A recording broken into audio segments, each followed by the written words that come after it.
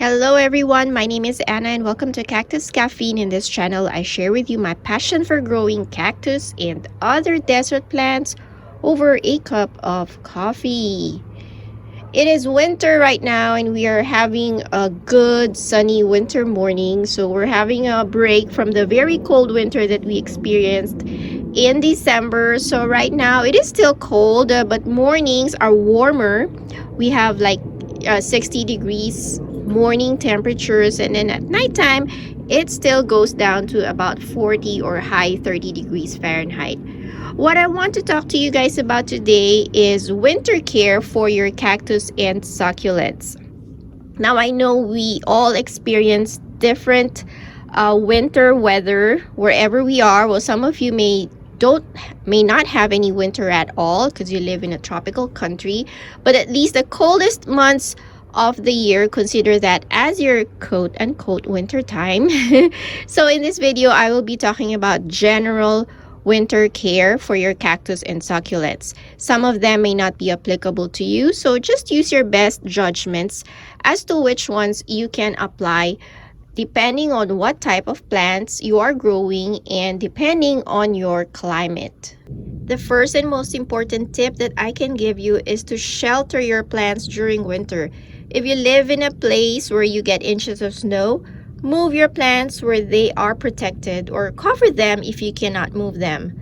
You may not get snow, but you experience a lot of rain during winter, then you need to protect your plants from getting soaked too long in the rain.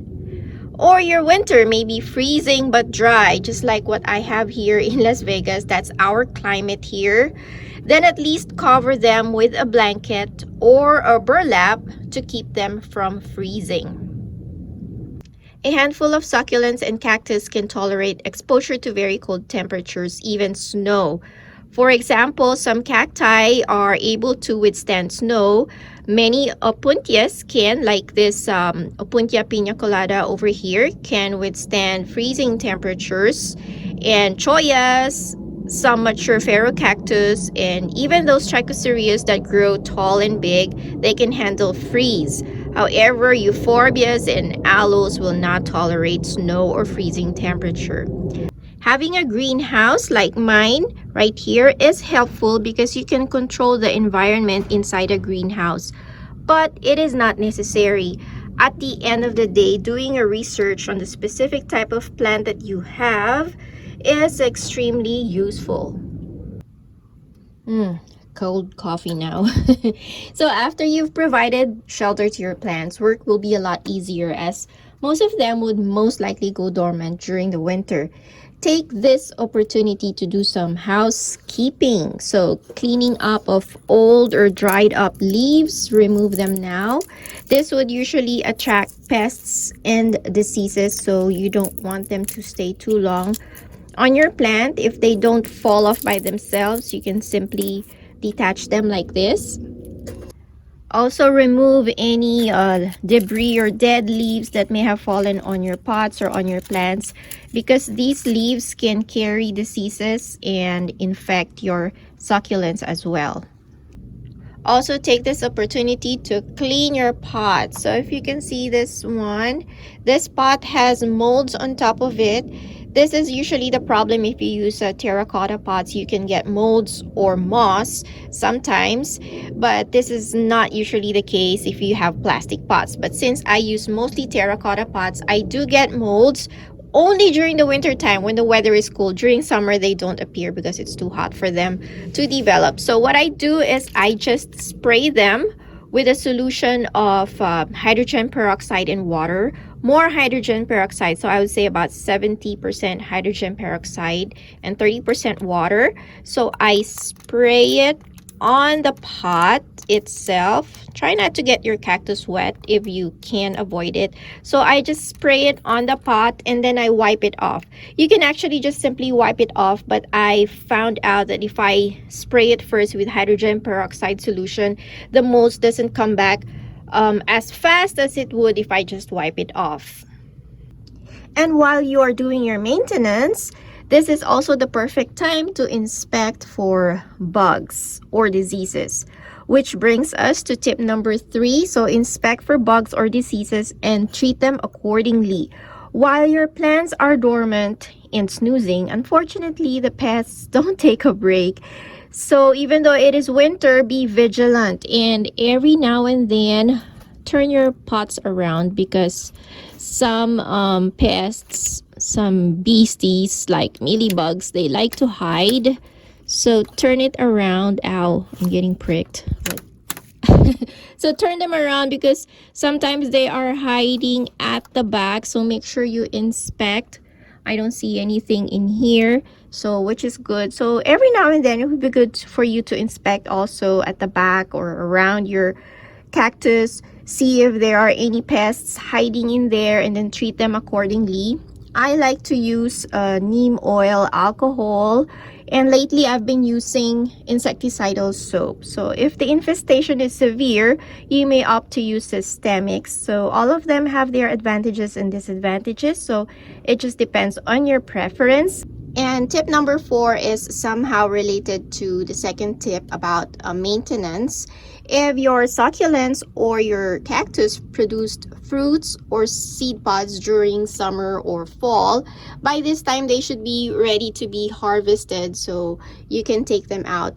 Like this aloe, for instance, this one did not develop any seed pods, so I will just simply snip that off. However, this one, if you can see, I covered it because 3 seed pods developed. So I'm not sure what kind of aloe this is, but I crossed this one with my Christmas Carol, and fortunately it was successful. I can see that there's 2 that already burst open, but the tallest one on top here haven't opened yet, so I'll leave it there for now. So here is an example of a seed pod that I left here on the cactus. Sometimes they would fall off by themselves, but this one remained so there. So I will just simply remove this. There's still a little bit left, so I'll just clean it up later on. But then, yeah, so just remove the seed pods if there are seeds or the fruits. And then this one too, some of these are just dried flowers, they were not pollinated, so I find removing them. Oh, I think this one has seeds. Anyway, so I find this useful if you remove the dead flowers on the areoles, because it helps in flowering. So if the dead flowers or the fruits are still on the areoles, sometimes that areole will not develop any flower come spring. So I like to clean them up, especially with Rebutia, because Rebusias, they develop flower all over the cactus, even in old areoles. So I like to clean them off of the fruits. If there are still fruits in there, I remove them so as to maximize the flowers that will develop come spring. Another winter care tip pertains to watering your succulents during the winter. Now, watering, this is something that you again have to use your best judgment on. Some growers water their succulents during winter, some do not. I discuss this in my last video. If you haven't seen that, I will put a link up on this screen or in the description down below. You will find a link to it as well. What I do is, yes, I do water selectively my succulents and cactus during the winter, but it all depends on a lot of factors. You know, what type of plant are you growing? Haworthias are winter growers for me, so I do water these. Cactus selectively, I do water them. So it depends on what type of plant you're growing, what is your climate in your environment, what kind of pots you use. Mine is mostly in terracotta pots. I would say 90% are in terracotta pots, so my soil dries quickly. It also depends on your humidity. Our humidity here is very low, so I can afford to water even during the winter. So basically, I water because I don't want my plants to lose roots during winter, because some of them do lose their roots if they are kept extremely dry for a long period of time. So I give them a little sip of water, but watering during winter is something that you would have to decide and do a little bit of research on what your plants like during winter in your climate. The last set of winter care tips that I would like to discuss with you pertains to if you move your plants indoors. Right now, I am here in my garage, so this is where I move some of my delicate plants like haworthias, euphorbias, and some cactus, little cactus that needs extra care during winter. I have them here in my garage. They are under grow lights. So I have 4 grow lights or 5 grow lights here in the garage. Honestly, if your cacti are completely dormant, light is not necessary for overwintering your cacti. There are some growers that move their cacti in their basements or in their cellars in complete darkness for several months. So the cacti, if they are fully dormant and kept in a cool, dry place, they can survive a short period of winter dormancy without light. But in my case, here in my garage, what I have here are those that grow during the winter time, at least for me. Like haworthias, for me, they are winter growers. And seedlings, of course, I still want them to grow. So I have grow lights over my plants here in the garage.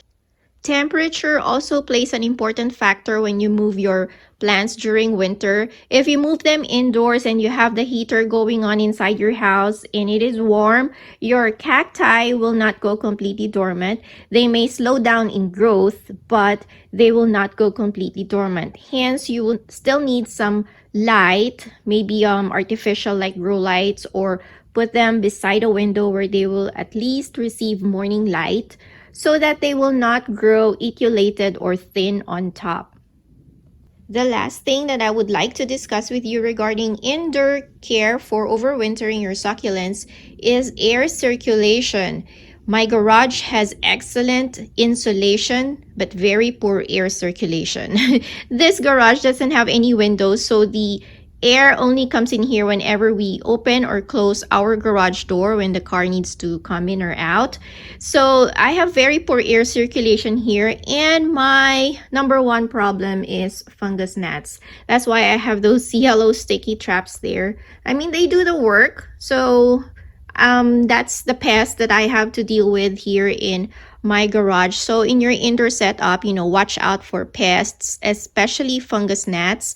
Proper air circulation will help. Those yellow sticky traps will help, and also the granules, the mosquito bits will also help. But if you have a lot of plants like this, it is not practical to be putting mosquito bits on every one of them. But if you have seedlings, then you can use those mosquito bits. So those are my general winter care tips for your cactus and succulents. If you like this video, guys, give me a thumbs up, share it to your friends, and let's all spread the passion for growing cactus and other succulents. I will talk to you again next time. Bye everyone, and cheers!